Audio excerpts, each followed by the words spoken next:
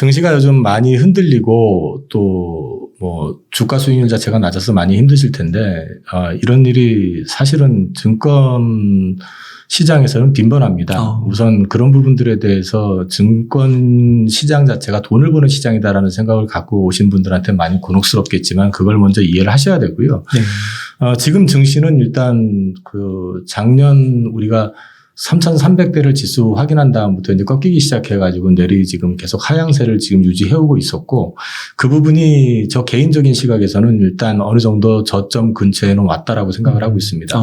근데 문제는 저점 근처라고 말씀을 드렸지 아직 저점이 완전히 확인됐다고 생각은 안 하고 있고요. 다만 이 기간을 저는 지금 그 다른 채널들 그 방송이나 유튜브에서 말씀을 계속 드리고 있는데 한두 달 정도는 제가 생각하는 의미 있는 저점은 2,500.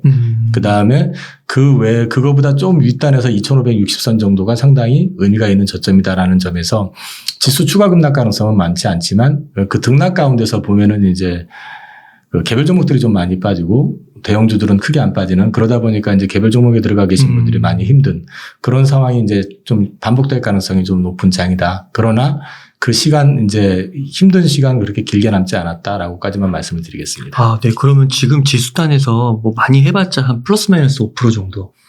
일단 지금 단기적으로 저는 이제 7월 전후에서 증시가 반등을 시작할 거라고 보고 있기 때문에 뭐 기간도 이제 그동안 고생한 기간에 비하면 이제 얼마 안 남았고 그다음에 또 그 폭 자체도 맥시멈 2,500 정도 지금 보고 있기 때문에 그럼에도 불구하고 또 2,560이 의미 있다고 말씀을 드렸으니까 지금 지수대가 2,630이니까 그렇게 길지는 않잖아요. 그러니까 너무 내팽개치지 마시고 지금부터 좀 공부를 하시면서 고민을 시작하셔야 될 때라고 생각을 해요. 그 대형주랑 개별 종목을 좀 구분해서 말씀해 주셨는데 개별 종목이라고 하면 좀 중소형주를 말씀하시는 건가요? 그게 참 제가 이제 아까 말씀드린 것처럼 이무기다 보니까 좀 헷갈려요, 저도. 근데 뭐냐면은 제가 증권회사 입사해가지고 초창기 때는 대형주, 중소형주 구분하는 건 자산 총액으로 구분을 했었거든요. 그러니까 저는 제 머릿속에 아직도 그게 지금 각인이 돼 있어요. 그렇게 이렇게 말씀을 드리는데 사실 코스닥 기업에 가서 보면 시가총액 상위 주식들이 저게 대형주냐? 대형주라는 거는 곧 그 큰 회사를 얘기하는데 좀 헷갈릴 때가 있거든요. 뭐 바이오 같은 경우는 특히나 그렇고. 그래서 좀 구분을 다시 하면은, 코스닥으로 구분을 해야 되는데 코스피에서는 여러 가지가 많으니까 코스피에서는 수출 관련 대형 우량주 쪽을 보시는 게 맞다고 말씀드리고 있고요. 코스닥에서는 지금 제가 계속해서 이제 말씀을 드리고 있는 게 반도체 쪽의 소부장. 그런데 이제 소부장에서 장비 쪽 섹터 같은 경우는 이제 반도체 수급 이슈라든지 그 평택 P3 라인 그 완공 시점이라든지 이런 게 조금 딜레이가 되고 있기 때문에 조금 슬로우한 것 같고요. 그쪽보다는 소재하고 부품 쪽에서 좀 보시는 게 좋을 것 같고, 그 다음에 이제 5G 쪽에서 좀 속도가 좀 빠른 쪽 몇 개가 있습니다. 종목들이 그런 쪽을 좀 체크해 보시고, 제가 고민을 하고 있습니다만 조심스럽게 바이오 섹터도 이번엔 좀 가능성이 있다라고 말씀을 드리고 있습니다. 네. 그 말씀 중에 그 7월 반등을 예상하신다고 하셨는데요. 혹시 그 근거가 좀 있으실까요? 일단 저는 증시의 터닝 트리거는 첫 번째는 환율이라고 말씀드리고 있고요. 두 번째는 인플레 정점을 확인할 가능성에 대한 부분. 세 번째가 이제 그 기업의 실적. 마지막으로 연준이 그 빅스텝을 마무리하는 시점이 7월이라고 저는 보고 있기 때문에 이제 그 이후에 베이비 스텝으로 전환하게 될 경우에는 이제 그 강도가 조금 완화되는 그런 모습을 좀 보일 수 있다. 그래서 이제 제가 7월 달을 좀 잡고 있는데, 최근에 보면은 이제 환율이 급락했죠. 오늘도 10원 이상 빠지는 것 같은데, 제가 예상했던 것보다는 조금 빠른 건 사실이에요. 왜냐면은 이제 중국 쪽에서 경기 부양책이 나오고, 바이든 대통령이 오면서 또 통화 수합 얘기가 나오고, 뭐 이런저런 이유들 때문에 이제 생각보다 빨리 지금 환율이 그 원화 강세로 좀 돌아서고 있는 분위기이기는 한데 그거 하나만 가지고는 좀 어렵고 이제 소위 말해서 인플레 고점에 대한 확인 시그널 그거는 이제 6월 달에 5월 미국 CPI 지표 이런 것들 또 체크해 보셔야 될 것 같고 그런 것들하고 좀 맞물리면은 또 이제 7월에 마지막 그 빅스텝이라는 거 그게 이제 아마 조만간 확인이 될 가능성이 있기 때문에 그런 것들이 좀 믹싱이 되기 시작하면 6, 7월 중에는 이제 반등이 좀 시작되지 않을까 생각하고 있습니다. 네. 그러면 그때 반등을 할 때는 조금 이제 환율도 그렇게 된다고 하면은 조금 대형주, 수출 대형주 위주로. 그러니까 제가 이제 앞서 말씀드린 것처럼 이제 반등해서 거래소 같은 경우는 수출 대형 우량주 그쪽을 좀 보시는 게 좋다. 좋고. 이제 코스닥에서는 반도체. 아까 말씀드렸던 것처럼 이제 반도체 쪽에서 투자가 지금 엄청나잖아요. 삼성, 하이닉스, 그다음에 네. 뭐 인텔, TSMC까지 그 사이클에 들어섰기 때문에 사실은 소부장이 맞는데 장비 쪽은 반도체 쪽 쇼티지 그 문제 때문에 장비가 지금 제대로 만들어지지 못하고 있고 또 평택 P3 라인이 좀 공사가 조금 딜레이 되는 부분이 있기 때문에 그쪽보다는 좀 소재 부품 쪽에서 좀 저렴한 것들 실적 좋아지는 것들 찾아보시는 거 좋을 것 같고요. 그 바이오를 언급해 주셨는데 바이오가 좀 어떤 그게 지금 바이오가 너무 많이 떨어져가지고 네네. 좀 그런데 바이오는 첫 번째는 이제 빈집이라는 거 그 얘기는 올해 우리나라 같은 경우는 바이오에 정말 초대형 악재들이 연달아 틀어졌잖아요. 뭐 대규모 횡령부터 분식회계 또 뭐 상폐 이슈 네. 여러 가지가 터졌는데 그러다 보니까 사실은 제가 출연하는 방송에서도 앵커님이 제가 바이오 였기를 했더니 그래도 바이오는 안 보고 싶네요. 라는 얘기를 할 때 그거는 이제 역으로 뒤집어 놓고 말씀드리면 시장의 센티가 그만큼 바닥이라는 얘기이기도 하고요. 네. 그랬기 때문에 실제 내용이 되고 가치가 있는 회사들조차도 이게 실적이 안 나온다고 해서 가치가 없는 건 아니거든요. 그러니까 기술에 대한 검증, 그 다음에 어떤 진척사항 같은 거 있잖아요. 특정 섹터에서의 어떤 시장 지배력, 이런 것들을 다 감안해 봤을 때 충분히 가치가 있는 회사인데도 불구하고, 지금 주가가 좀 나락같이 굴러 떨어져 가지고 헤매고 있는 회사들이 생각보다 많다. 그래서 이제 바이오 섹터를 제가 좀 얘기를 계속 하고 다녔고, 저도 계속해서 바이오 섹터는 조금씩 늘리고 있습니다. 그러세요. 네. 그럼 바이오에서도 조금 큰 거 위주로 우선 봐도 무난할까요? 저는 사실은 이제 시가총액으로 기준해서 이제 큰 거 이런 개념보다는요, 신약 개발 업체들 같은 경우는 좀 확실한 근거가 있다라는 건 이제 라이센스 아웃 경험, 그 다음에 최근에 임상 업데이트된 내용들 이런 걸 좀 감안을 해서 보실 필요가 있고, 그 다음에 이제 저는 그 의료기기 쪽에서도 생각보다 굉장히 괜찮은 회사들이 많습니다. 네. 물론 이제 코로나 그 팬데믹 이후에 리오프닝 얘기하면서 이제 피부 관련된 주가들은 다 급등했다 이제 다시 빠져 있긴 한데 그거 외에도 사실은 이제 괜찮은 바이오 섹터 종목들이 좀 많고요. 이따가 제가 몇 종목들 이름만 좀 코멘트를 좀 해드릴게요. 네. 그거 사실한 얘기는 아니고 한번 보시라는 측면에서. 그러고 이제 우리가 셀트리온이나 삼성바이오로직스 같은 경우 이제 소위 말해서 CMO, 바이오 시밀라 이런 쪽으로 이제 글로벌 기업이 됐잖아요.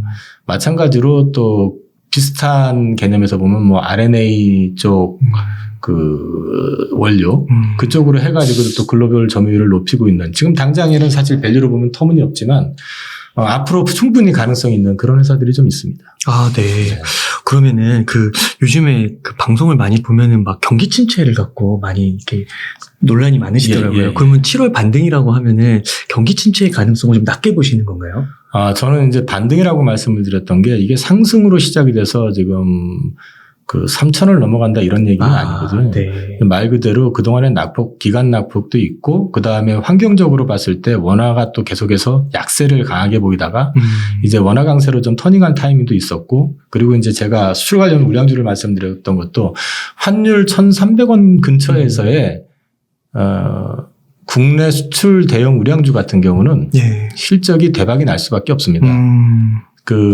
제가 지금 이제 기억하고 있는 회사 한 군데만 말씀드리면 기아 같은 경우는 환율이 100원이 올라가잖아요. 네. 그럼 영업이익이 1조 2천억이 늘어납니다. 그렇게 많이 늘어나요? 그렇기 때문에 그게 기아만의 문제는 아닐 거다 말씀을 드리는 거고요. 그래서 수출 관련 대형주 쪽에서도 제가 종목들을 몇 개 이따 시간이 되면은 소팅해가지고 제가 보고 있는 것들을 말씀을 드리겠습니다. 네. 감사합니다.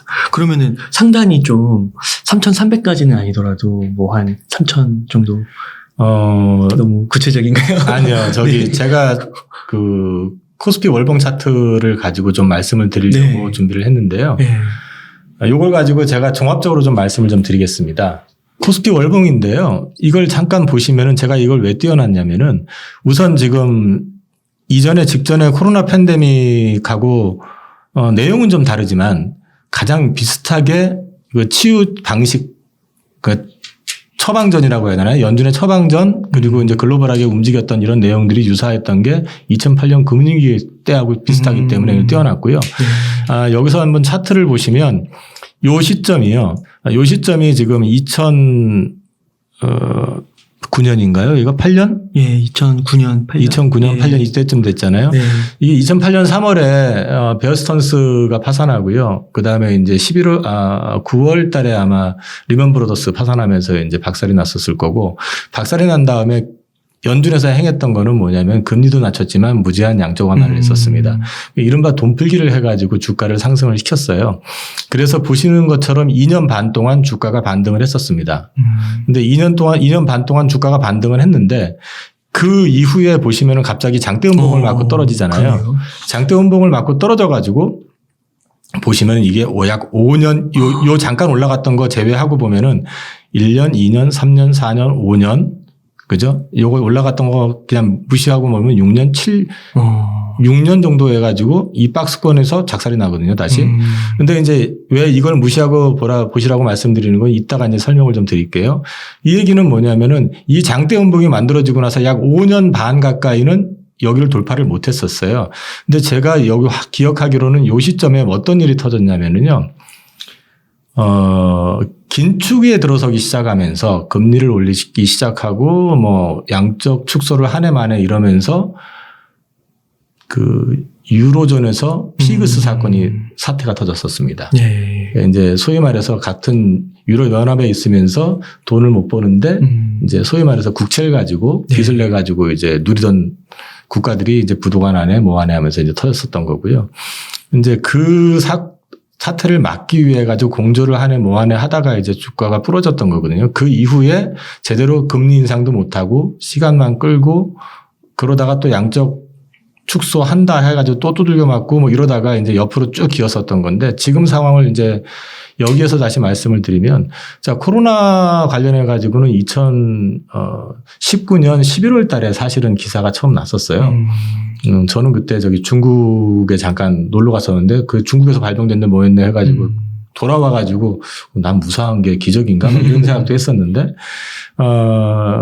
그때는 근데 문제가 안 되다가 2020년 1월 달에 갑자기 급락을 하기 시작합니다. 네. 그때 이제 유럽에서 문제 생기기 시작하고 중국에서 뭐 그 코로나 발생의 진원지라고 하는 것이 뭐 폐쇄가 되고 막 이러면서 이제 박살이 나가지고 3월 달에는 아주 박살이 났었거든요. 네. 이 박살이 난 걸 막은 게 뭐였냐면은 연준이 갑자기 예고도 없이 연준 회의도 아닌데도 막 긴급회의 소집해가지고 0.5%포인트 인하하고 뭐 막 그래가면서 한 다음에 안 되니까 이제 돈 풀기 해가지고 막은 거거든요. 그 막고 나니까 어떤 상황이 발생이 됐냐면 지금 2008년하고 비슷하게 똑같이 주가가 돈의 힘에 의해 가지고 갑자기 위로 올라가기 시작합니다. 그러면서 인류 멸망을 마치 연상시켰던 코로나에도 불구하고 갑자기 주가가 폭등을 합니다. 네. 그러니까 저때 사람들이 지금 올라가는 게 말이 안 돼 가지고 많이 그냥 중간에 정리해버리시고 포기하셨던 분도 많았고요. 근데 이제 이 흐름 자체를 앞에서 경험하신 분들 같은 경우는 이게 연준에 맞서지 말라는 말들을 하잖아요. 그래서 그 시점에서는 이제 오히려 저가 우리나라로 얘기하면 대표주들 삼성전자, 뭐 하이닉스라든지 현대차, 기아 뭐 이런 쪽으로 소위 말해서 동학개미들이 이제 들어오기 시작하면서 주가 흐름을 탔고 요 시점을 가만히 보시면 근데 외국인들은 한국 주식을 계속 팔았었습니다. 왜냐하면 리스크 관리. 한국은 안전자산이 아니라 같은 그 주식에서도 이머징이기 때문에 이제 위험자산으로 분류가 되고 같은 주식 내에서도 또 한 가지는 나스닥이 워낙에 좋았었죠. 미국이 돈을 풀면서 미국이 주도해버리고 그다음에 소위 말해서 비대면 뭐 이런 것들 나오니까 미국의 빅테크들이 그쪽에 또 특화되어 있는 기업들이 많다 보니까 그쪽으로 돈들이 쏠려버린 거죠. 그래서 한국에서는 사실은 이제 동학개미들이 주가를 계속 받쳐가면서 올렸고 올라가는 거를 외국인들은 계속 팔았었던 거죠. 계속 팔다 보니까 외국인들이 팔아대 가지고 지금 아마 한국 주식 코스피 기준으로 시가총액의 한 30% 미만 근처까지 온 걸로 알고 있거든요. 근데 이제 그게 역대급으로 지금 떨어진 걸 거예요. 자본시장 개방한 뒤에.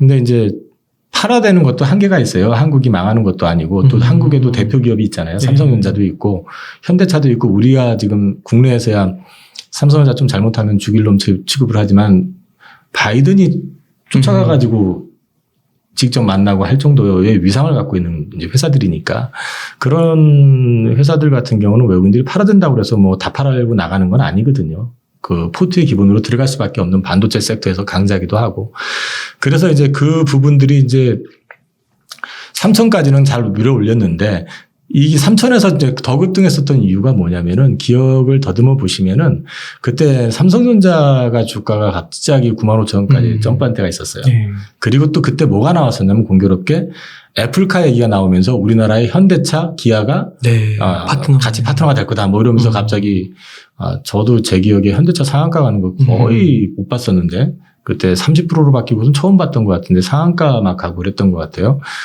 그런 패턴이 나와서 오버슈팅이 나왔던 게 3천 이상에서는 오버슈팅이었다고 보시는 게 맞는 것 같고요.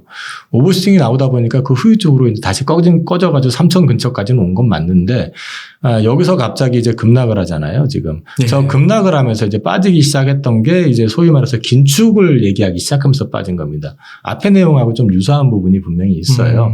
긴축을 얘기하면서 빠졌는데 그 앞단의 거래가 지금 보시면은 상당히 많이 실렸었잖아요, 여기요. 네. 요 거래량이 상당히 많이 실렸었는데 요 거래량을 돌파할 만큼의 지금 증시 체력이 되느냐, 그다음에 앞으로 유동성이 보강이 될 것이냐, 아니면 또 실적이 엄청나게 좋아질 것이냐를 놓고 얘기하면 쉽지 않다라는 게 개인적인 생각입니다. 그래서 증시는 올라가는 건 제한적이고요. 그다음에 요번에 올라가게 되는 거는 3천 못 넘을 거다라고 보는 거고 저는 2,900대 초반 정도를 지금 보고 있습니다. 그리고 아마 그 이후에 한번 더 다시 되밀리면서 직전 여기 요 고점 요선 연장해가지고 여기 테스트를 한 번 더 할 가능성이 있다라고 보고요. 최소한 여기서 보여드렸지만은 요 앞에 그 2008년 이후에 급등을 했다가 이제 다시 급락하고 난 다음에 여기서 5.5년, 5년 반이 옆으로 기었잖아요. 그대로 반복되는. 똑같이 안 됩니다. 네. 요거는 똑같이 안 되는 게, 여기가 올라가는 게 2.5년이었는데요. 요거 딱 1년 반 들어갔어요. 짧아요. 그리고, 급락을 해가지고 이제 옆으로 기고 있는데, 요때도 지금 사실 빠질 때도 이게 요 앞에가 안 보여서 그런데 기간이 꽤 길었거든요. 10개월 빠졌는데 요건 3개월 빠졌거든요. 그러니까 요번에는 앞에 거보다는 굉장히 짧게 갈 거다.